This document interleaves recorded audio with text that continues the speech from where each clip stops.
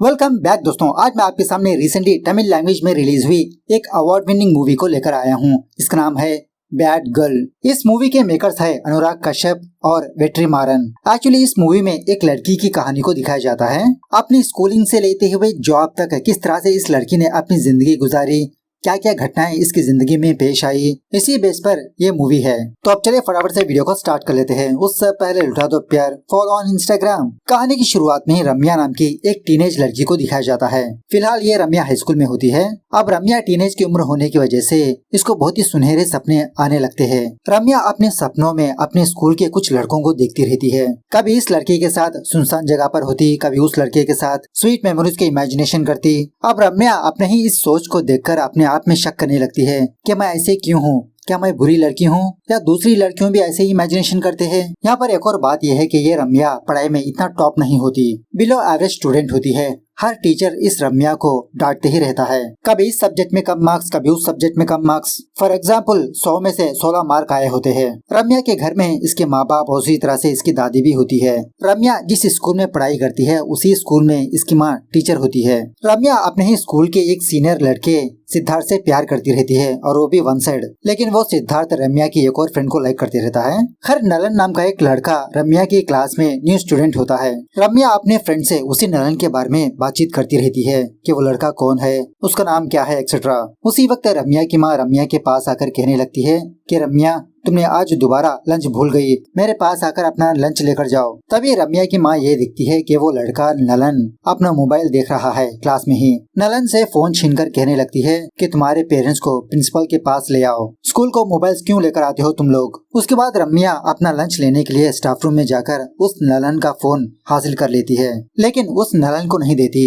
वो फोन अपने घर पर लाकर उस फोन को चेक करने लगती है। उस फोन को टच करते हुए ऐसे इमेजिनेशन करने लगती है कि वो नलन ही इसको टच कर रहा है। दूसरे दिन रम्या स्कूल जाकर नलन के बैग में उसका फोन रख देती है। थोड़ी देर के बाद नलन वापस अपनी क्लास में आकर अपने बैग में इसके फोन को देखकर शॉक में रह जाता है। समझ जाता है कि ये काम रम्या का ही हो सकता है। खैर स्कूल खत्म होने के बाद रम्या वापस अपने घर पर आकर अपने कंप्यूटर को ऑन करती है। और शायद बहुत कम लोगों को पता होगा कि उस टाइम हम लोग याहू मैसेंजर यूज किया करते थे, व्हाट्सएप वगैरह का जमाना नहीं था। सो जब रम्या अपना मैसेंजर ऑन करती है तो वो नलन रम्या को मैसेज करने लगता है। पहले तो थैंक यू बोलने लगता है कि मेरा फोन मुझे वापस करने के लिए। पहले तो रम्या जवाब नहीं देती, लेकिन बाद में नलन से चैट करने लगती है। अब ये देखकर इसकी खुशी का ठिकाना ही नहीं होता।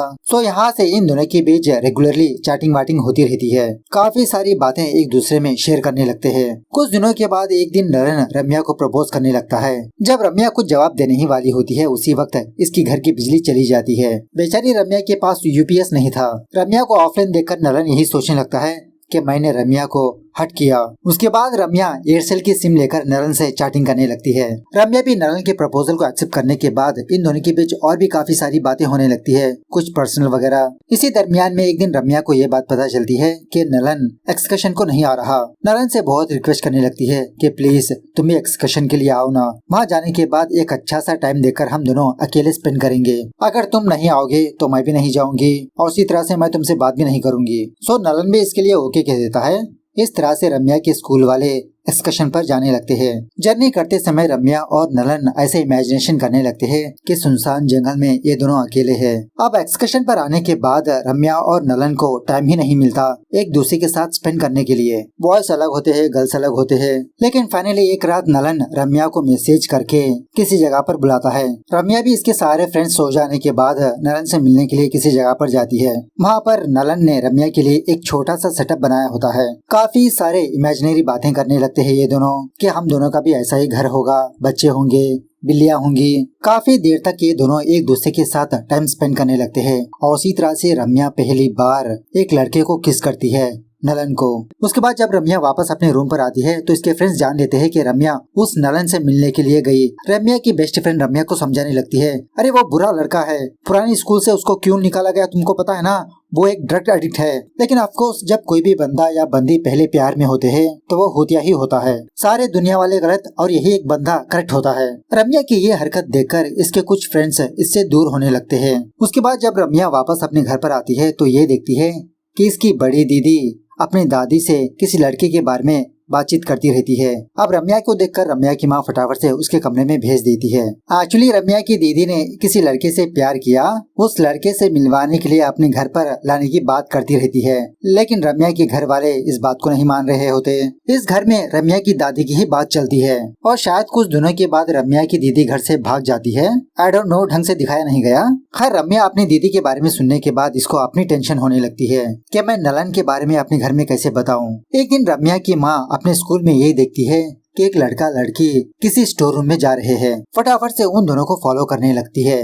वो दोनों स्टोर रूम में जाकर कुछ मुच्ची करते रहते हैं। उसके बाद क्या था, रम्या की माँ उन दोनों को प्रिंसिपल के सामने लाकर सारी बातें बताने लगती है। प्रिंसिपल भी इन दोनों को बहुत डांटने लगती है और उसी तरह से उन दोनों के पेरेंट्स को भी बुलाने के लिए कहती है। अब हमारे इंडियंस की साइकोलॉजी क्या है, हमें अच्छा हो या ना हो, हमारे पड़ोसन को बुरा जरूर होना चाहिए। तो वो लड़की रम्या की माँ को रम्या के बारे में बता देती है कि मिस हमने तो बस किस किया, लेकिन रम्या और नलन ने उस रात काफी देर तक टाइम स्पेंड किया। सिर्फ रम्या के बारे में नहीं, रम्या की एक और फ्रेंड के बारे में भी बताने लगती है कि वो लड़की और सिद्धार्थ का भी चक्कर चल रहा है। उसके बाद क्या था, वो प्रिंसिपल रम्या और नलन को बुलाकर बहुत डांटने लगती है।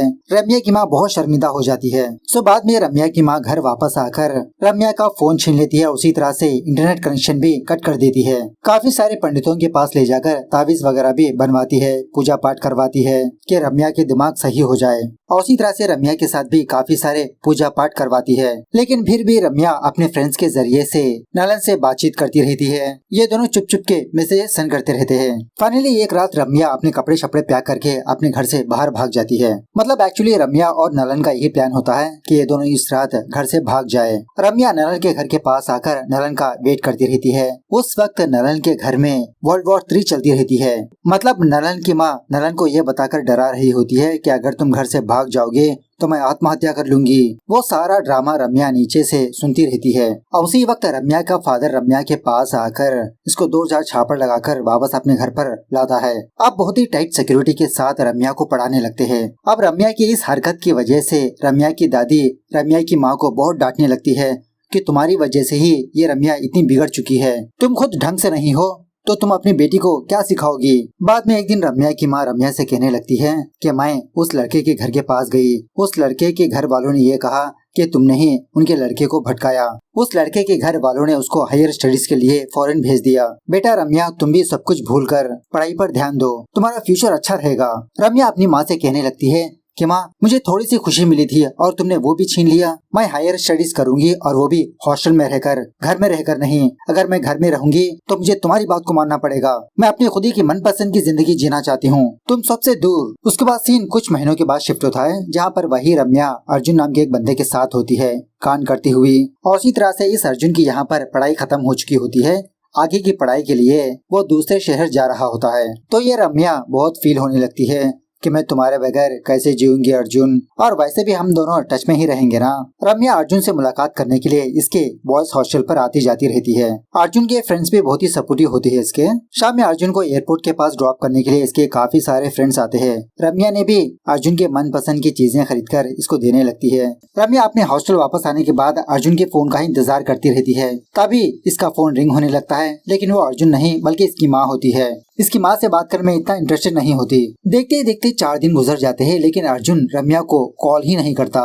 इसी दरमियान में रम्या के फ्रेंड से इसको ये बात पता चलती है कि हैदराबाद में अर्जुन का अकोमोडेशन बहुत ही मस्त है। सो रम्या फटाफट से अर्जुन के फ्रेंड्स के पास जाकर पूछने लगती है कि अर्जुन ने तुमको कॉल किया। वो सारे लोग कहने लगते हैं हाँ। वो लोग पूछने लगते हैं क्या तुम्हारे पास अर्जुन का हैदराबाद वाला नंबर नहीं है। तो रम्या अर्जुन का दूसरा नंबर हासिल करके उसको फोन करके बहुत गालियां देने लगती है, बहुत डांटने लगती है। अर्जुन यही कहते रहता है कि अरे यार, सब कुछ सेटल होने के बाद मैं तुमको कॉल करने वाला था। इसी बातों ही बातों में रम्या को ये बात पता चलती है कि रम्या ने अर्जुन को जो गिफ्ट दिए वो फ्लाइट में ही भूल गया। तो इसी बात को लेकर रम्या दोबारा अर्जुन से बहुत झगड़ा करने लगती है। रम्या की एक बेस्ट रूममेट होती है जिसका नाम होता है सेल्वी। सेल्वी रम्या को समझाती रहती है कि तुम उस अर्जुन को छोड़ दो, वो अर्जुन तुम्हें यूज कर रहा है। रम्या और अर्जुन के बीच कुछ ढंग का रिलेशनशिप नहीं होता। इन दोनों के बीच किसी न किसी बात को लेकर झगड़ा होने लगता, बार बार ब्रेकअप होता, बार बार पैचअप होता। रम्या तो यही सोचती रहती है कि वो अर्जुन इसका सोलमेट है, ये दोनों एक दूसरे के लिए बने हैं। अब कुछ दिनों के बाद अर्जुन रम्या से 4 दिन तक बात नहीं करता, जिसकी वजह से रम्या 4 दिन तक खाना ही नहीं खाती। वीकनेस की वजह से ये बेहोश हो जाती है। इसकी फ्रेंड सेल्वी फटाफट से रम्या को हॉस्पिटल पहुंचाने लगती है। वो सेल्वी अर्जुन को फोन करके रम्या के बारे में बताने लगती है कि तुम्हारी वजह से आज रम्या हॉस्पिटल में एडमिट है, लेकिन वो अर्जुन बहुत ही लाइटली लेने लगता है। थोड़ी देर के बाद जब सेल्वी रम्या के पास आती है तो वो रम्या अर्जुन से ही बात करती रहती है। दोबारा इन दोनों के बीच पैचअप हो चुका होता है। सेल्वी तो यही सोचने लगती है कि ये साली तो कभी नहीं सुधरेगी। वो रम्या सेल्वी को थैंक यू बोलने लगती है कि तुमने मेरी फिक्र करके उस अर्जुन को मेरे बारे में बताया। थोड़ी देर के बाद रम्या के पेरेंट्स रम्या को देखने के लिए आते हैं। अब रम्या के पेरेंट्स तो यही सोचने लगते हैं कि बेचारी रम्या ने एग्जाम्स का बहुत ही ज्यादा स्ट्रेस लिया, डिहाइड्रेट होकर बेहोश हो गई। रम्या को बिल्कुल भी पसंद नहीं होता कि इसके पेरेंट्स इसके पास आए हैं। अपने पेरेंट्स को बहुत डांटने लगती है कि आप लोग यहाँ पर क्यों आए हो, मैं खुद ब खुद संभाल लूंगी। खैर इसके कुछ दिनों के बाद कॉलेज में ग्रेजुएशन डे होता है। यहाँ पर अर्जुन भी आता है। रम्या तो टिप टॉप से रेडी होकर यहाँ पर आती है और उसी तरह से अर्जुन के पेरेंट्स भी यहाँ पर होते हैं। प्रोग्राम खत्म होने के बाद अर्जुन के सारे फ्रेंड्स अर्जुन के पेरेंट्स से मुलाकात करते हैं। यहाँ पर रम्या भी आती है और एक्चुअली अर्जुन ने अपने पेरेंट्स से ये कहा कि रम्या दूसरे बंदे की जीएफ है। यह सुनने के बाद रम्या थोड़ा डिसअपॉइंट होने लगती है, चुपचाप वहाँ से निकल लेती है। लेकिन बाद में अर्जुन रम्या के पास आकर एक्सप्लेनेशन देने लगता है, अरे मेरी माँ ने इस तरह से तुमको याद रख लिया, चिल करो यार। अब रम्या भी लाइट लेने लगती है।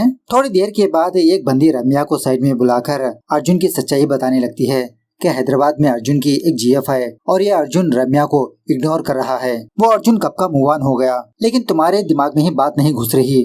तुम भी मूव ऑन हो जाओ यार। पहले वो अर्जुन दूसरी लड़की के साथ रिलेशनशिप में था, उसे ब्रेकअप करके तुमसे हुकअप किया और अब वो तुम्हें छोड़ दिया। तो सच्चाई सुनने के बाद रम्या बहुत दारू पीकर उसी कैंपस में बहुत बड़ा हंगामा करने लगती है, अर्जुन को मारने पीटने लगती है।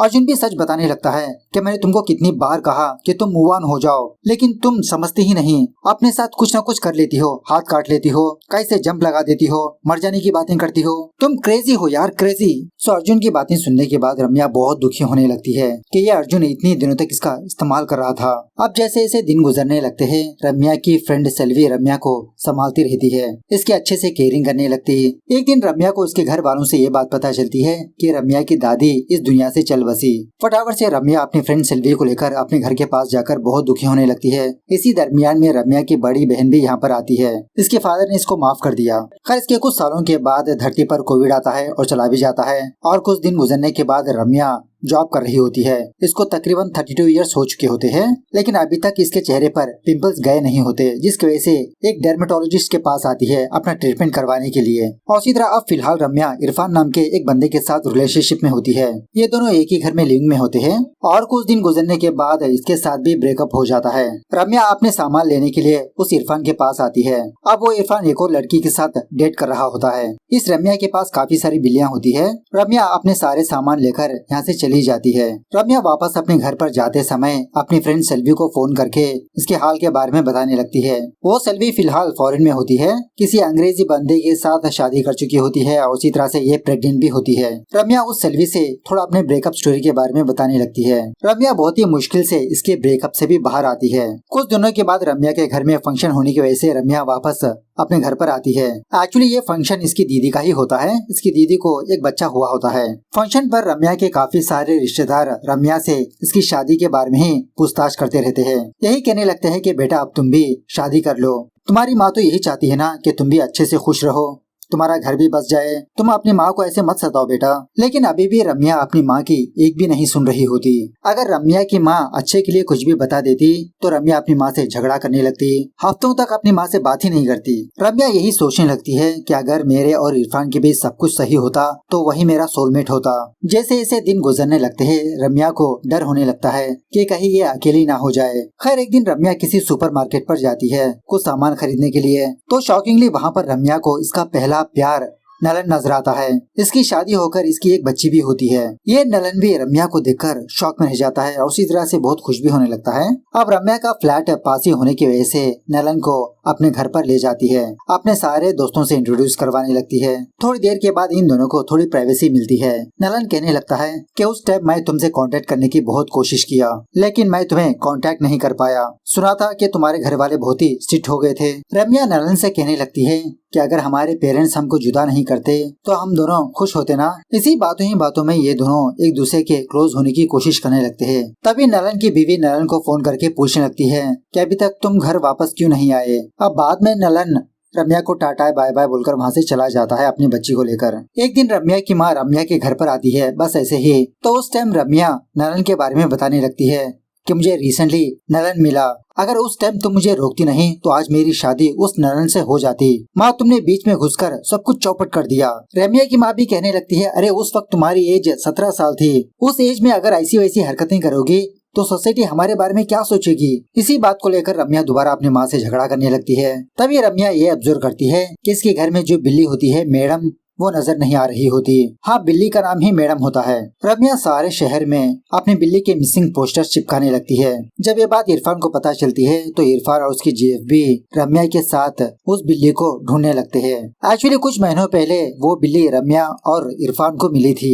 इन दोनों ने उसको संभाल कर रखा था। खैर, बहुत सर्च करने के बावजूद भी वो बिल्ली इनको नजर ही नहीं आती। इरफान कहने लगता है कि मैं तुम्हारे साथ ही रहूंगा, लेकिन रम्या इरफान से कहने लगती है, नहीं तुम जाओ, मैं संभाल लूंगी, वो तुम्हारा इंतजार कर रही है। इस तरह से इरफान को भेज देती है। बाद में रम्या की वो फ्रेंड सेल्वी रम्या को फोन करती है। इसकी डिलीवरी हुई होती है।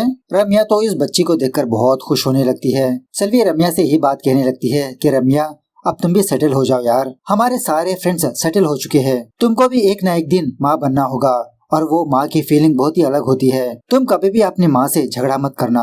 अगली बार जब तुम अपनी माँ से मुलाकात करोगी तो सॉरी बोलकर आई लव यू बोलना। तुमने अपनी माँ को बहुत हर्ट किया। सो दूसरे दिन रम्या उसी तरह से इसकी माँ के स्कूल पर जाती है। उस वक्त रम्या की माँ का रिटायरमेंट फंक्शन चल रहा होता है। वो रम्या बिना स्टेज के पास आए कुछ स्टूडेंट्स के बीच बैठ जाती है। और सच में भाई साहब, इस स्कूल में रम्या का एक अलग ही लेवल का इमेज होता है, और वो इमेज होता है वेरी बैड गर्ल। कि रम्या ने अपने 17 साल की उम्र में ही कांड वान कर लिया, प्रेग्नेंट भी हो गई थी, अबॉर्शन हुआ था, ड्रग्स भी लिया करती थी, दारू भी पीती है। खैर, घर वापस जाते समय ऑटो में ही रम्या अपनी माँ को हक करके आई लव यू बोलने लगती है, सॉरी भी बोलने लगती है। रम्या के अंदर ये बर्ताव देखकर इसकी माँ बहुत खुश होने लगती है। जब ये वापस अपने घर पर आती है तो वो मैडम इसके घर के पास ही होती है। उसके बाद रम्या एक और नए घर में शिफ्ट हो जाती है जहाँ पर ये अकेली हो। इस तरह से ये मूवी यहाँ पर द एंड होने लगती है। मतलब रम्या का यही सपना होता है कि ये अकेले अपनी जिंदगी गुजारे बिना किसी के रोक टोक के। तो मूवी कैसे लगी कमेंट करके बताना जरूर। मिलता है अगली वीडियो में, तब तक take care, bye bye, see you soon.